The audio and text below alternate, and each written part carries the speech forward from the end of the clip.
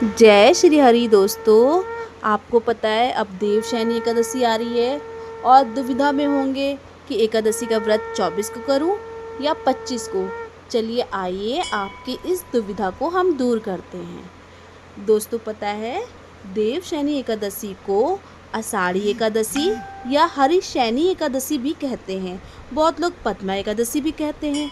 यह अत्यंत पवित्र और पुण्यदायी एकादशी है। इस दिन भगवान विष्णु 4 महीने के लिए योग निद्रा में क्षीर सागर में चले जाते हैं और यहीं से चतुर्मास का आरंभ होता है। आइए आपके इस दुविधा को हम दूर करते हैं। देवशयनी एकादशी 24 जुलाई 2026 सुबह 9:12 से शुरू होकर 25 जुलाई 2026 सुबह 11:34 तक रहेगी। ठीक है दोस्तों, द्वादशी युक्त एकादशी ज़्यादा शुभ होती है। तो हमारा जो द्वादशी युक्त जो एकादशी होती है और जो उद्या तिथि में एकादशी होती है उसी का व्रत रखना चाहिए। ठीक है दोस्तों, इसलिए द्वादशी युक्त एकादशी और उद्या तिथि की वजह से हम देवशयनी एकादशी का व्रत 25 जुलाई 2026 को रखेंगे। ठीक है दोस्तों, और अब एकादशी का व्रत रखेंगे तो एक दुविधा और आती है कि हम पारण कब करें, पारण का शुभ मुहूर्त कब है। तो जब 25 जुलाई को हम व्रत रखेंगे तो इसका पारण का जो शुभ मुहूर्त है वो 26 जुलाई सुबह 5:39 से 8:22 के मध्य किया जाएगा। पारण आप किसी चीज़ से भी कर सकते हैं, तुलसी का भोग लगा सकते हैं, खिचड़ी बना के उनका भोग लगा के आप ग्रहण कर सकते हैं। कोई भी प्रेम पूर्वक बना करके भोजन आप उसका व्रत खा करके उसे व्रत का पारण कर सकते हैं। ठीक है दोस्तों, राधे राधे दोस्तों, जय श्री हरि विष्णु दोस्तों। जय श्री हरि भक्तों, आइए हम आपको देवशयनी एकादशी की कथा सुनाते हैं। भक्तों, आषाढ़ शुक्ल पक्ष की एकादशी को देवशयनी एकादशी या हरिशयनी और आषाढ़ी एकादशी भी कहते हैं। इसे पद्मा एकादशी भी कुछ लोग कहते हैं। ये अत्यंत पवित्र और पुण्यदायी एकादशी है। इस दिन भगवान विष्णु 4 महीने के लिए योग निद्रा में चले जाते हैं क्षीर सागर में और यहीं से चतुर्मास का भी आरंभ होता है। दोस्तों देवशयनी एकादशी की कथा कुछ इस प्रकार है। पौराणिक कथा के अनुसार सतयुग में राजा मानधाता नाम के एक धर्मात्मा और प्रजावत्सल राजा थे। उनके राज्य में सभी लोग सुखी थे। राजा स्वयं भी धर्म, सत्य और न्याय का पालन करते थे।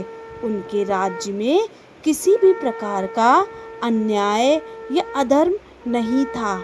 लेकिन एक समय ऐसा आया कि उनके राज्य में लगातार वर्षा नहीं हुई दोस्तों।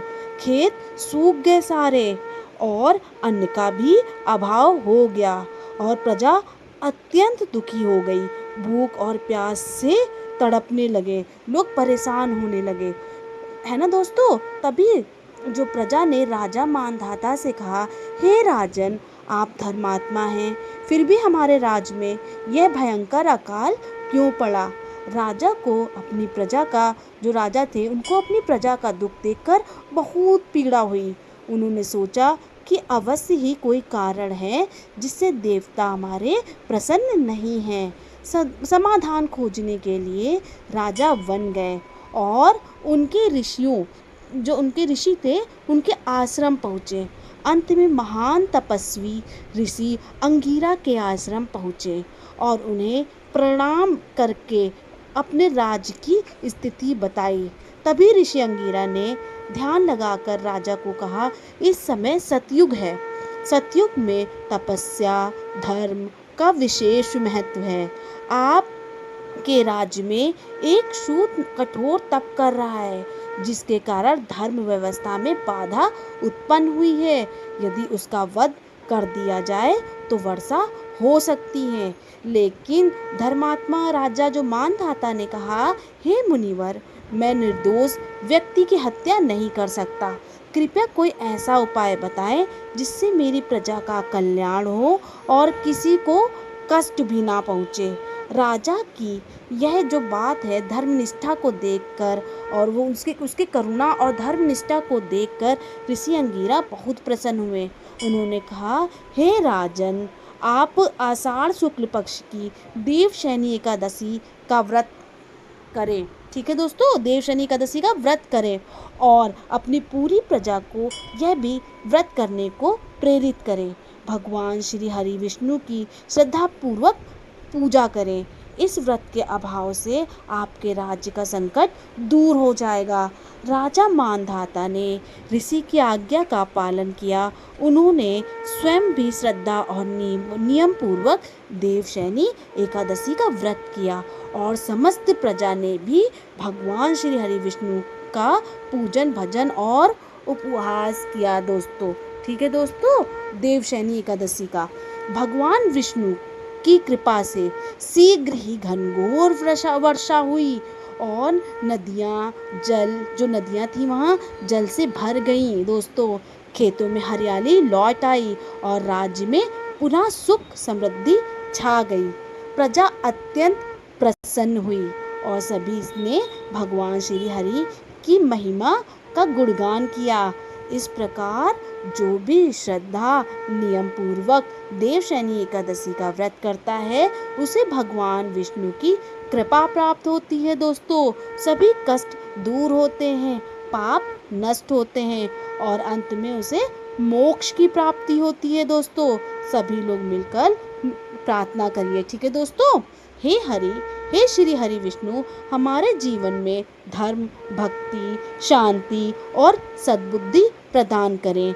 हमें आपके चरणों में अटूट प्रेम और भक्ति प्राप्त हो। इसी तरह हम सब लोग मिलकर क्या कहेंगे, जय श्री हरि विष्णु दोस्तों, जय देवशयनी एकादशी माता। दोस्तों ये कहानी यहीं पे समाप्त होती है। दोस्तों अगर हमसे कोई भी भूल चूक हुई हो तो हमें क्षमा प्रदान करिएगा। ठीक है दोस्तों, और इस कहानी को, इस कथा को आप जितना शेयर करेंगे उतना फलदायी होगा। कमेंट्स भी करें, जय श्री हरि विष्णु लिखिए कमेंट्स में दोस्तों। राधे राधे दोस्तों।